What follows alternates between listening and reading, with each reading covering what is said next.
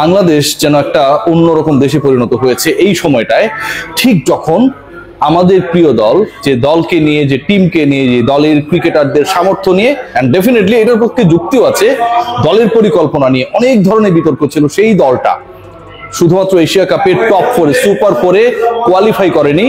তাদের প্রথম ম্যাচে শ্রীলঙ্কার এগেইনস্টে অসাধারণ জয় তুলে নিয়েছে।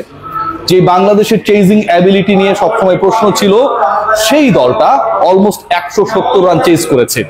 যে বাংলাদেশের ওপেনিং পেয়ার নিয়ে প্রশ্ন ছিল, সেই দলের প্রথম ব্যাটসম্যান শূন্যতে ফিরে যাবার পর সাইফ হাসান যেভাবে খেলেছেন, যেভাবে ডমিনেট করেছেন, যেভাবে এক পায়ে ভর করে নুয়ান থুসারাকে বাউন্ডারি ছাড়া করেছেন, দৃষ্টিনন্দন সেই ছক্কাটাই যেন বলে দিচ্ছিল যে এই ম্যাচটা বাংলাদেশের। মা ক্যান্সারে আক্রান্ত, ফর্ম নেই, মানসিকভাবে চাপে সেই তাওহিদ হৃদয় যেভাবে কামব্যাক করেছেন, বাংলাদেশকে জিতিয়েছেন, স্ট্রাইক রোটেট করেছেন, 31 বলে 50 তুলে নিয়েছেন, এবং ভরসার নাম সাইফ আউট হয়ে যাওয়ার পরের ওভারে 16 রান তুলে সকল প্রেসার রিলিজ করেছেন। সেই বার্তা দেয় যে এই বাংলাদেশটা অন্যরকম। বাংলাদেশ এই মুহূর্তে প্রথম ম্যাচে জয় পেয়েছে, আরো বাকি দুটো ম্যাচ ভারত এবং পাকিস্তানের বিপক্ষে। এমন একটা সিচুয়েশন দাঁড় হয়েছে এই মুহূর্তে, এবং এটাই ফ্যাক্ট, যদি বাংলাদেশ এই দুই দলের বিপক্ষে অন্তত একটা ম্যাচ জিততে পারে, এই বাংলাদেশ যদি ইন্ডিয়া আর পাকিস্তান যে কোনো একটা দলকে হারিয়ে দিতে পারে, বাংলাদেশের ফাইনাল কেউ ঠেকাতে পারবে না ভাই, আকাশ চোপড়াও না। আজকে বেহায়ালক পোস্ট করেছেন গতকাল রাতে, ইনফ্যাক্ট, যে বাংলাদেশের খেলা নাকি তার খুব ভালো লাগে, আগে থেকেই নাকি তিনি বাংলাদেশের সাপোর্টার। এরকম দু একজন সাপোর্টার বাংলাদেশের দরকার, যারা পেছনে গিয়ে দুর্নাম করবে, বাজে কথা বলবে, এবং উদ্বুদ্ধ হবার পর 180 ডিগ্রি ঘুরে যাবে।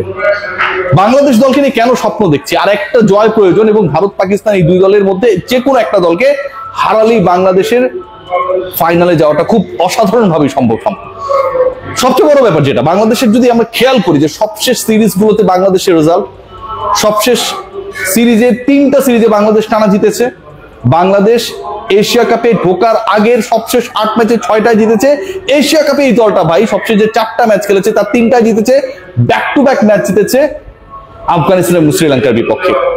একটা দলকে বলা হয় এশিয়ার second best team, Rashid Khan নিজেই বলেন, আর আরেকটা দল নাকি গতকালকে বাংলাদেশের কাছে হারার পর প্রমাণ হয়ে গেছে তারা সেকেন্ড বেস্ট টিম, ইরফান পাঠান যেটা বলেছেন।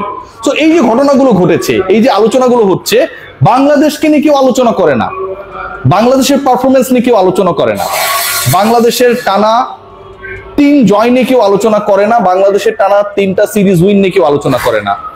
আলোচনা করে কারা? আমরা করি, আপনারা করেন। বিরক্ত হই, খুশি হই, আনন্দে উদ্বেলিত হই, রাত 2টা পর্যন্ত খেলা দেখার পর কন্টেন্ট দেখি। সেই দলটা এমন একটা পর্যায়ে রয়েছে, যেই পর্যায়ে পাকিস্তান নেই, যেই পর্যায়ে শ্রীলঙ্কা নেই। ভারত আমি ধরেই নিলাম যে এক পা দিয়ে রেখেছে ফাইনালি, কিন্তু বাংলাদেশের তাদের সঙ্গী হবার জন্য ভারতকে হারানো তো জরুরি না।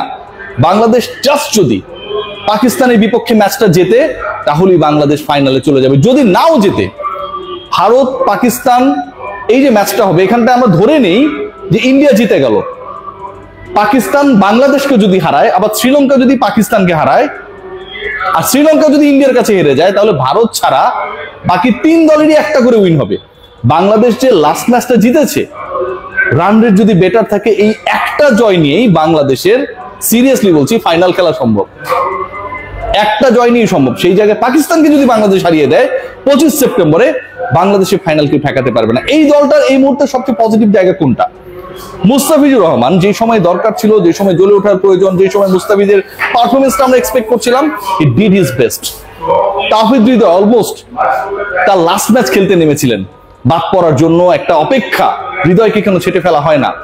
সেই হৃদয় যেভাবে ফিরে এসেছেন, যেভাবে বাউন্ডারি ওভার বাউন্ডারি মারিয়েছেন, যেভাবে প্রতিপক্ষের বোলিং অ্যাটাককে একদম চুরমার করে দিয়েছেন, 5th বোলিং অপশন নিয়ে যখন শ্রীলঙ্কা স্ট্রাগল করছিল, ঠিক ওই সুযোগটা আমরা গ্রহণ করেছি, যে এই কাজটা বাংলাদেশের ক্রিকেটাররা অনেক সময় করতে পারে না। সাইফ হাসান নাম্বার 4-এ নাকি ওপেনিং এ, এই যে একটা বিতর্ক ইমন কেন নিয়ে আমরা নিজেরাও আলোচনা করেছি। তিনি যে কোনো পজিশনের জন্যই যে নিজেকে প্রিপেয়ার করেছেন, যে কোনো পজিশনে তিনি যে বিধ্বংসী হতে পারেন, যে কোনো বোলার, যেই বোলার, স্পেশালি তুষারা, যিনি পুরো বাংলাদেশ দলের বিপক্ষে একটা বিশাল থ্রেটে পরিণত হয়েছিলেন, স্পেশালি গ্রুপ পর্বের প্রথম ম্যাচের পর, সেই তুষারাকে যেভাবে তিনি পেটালেন, বলে সুতা খুলে ফেললেন।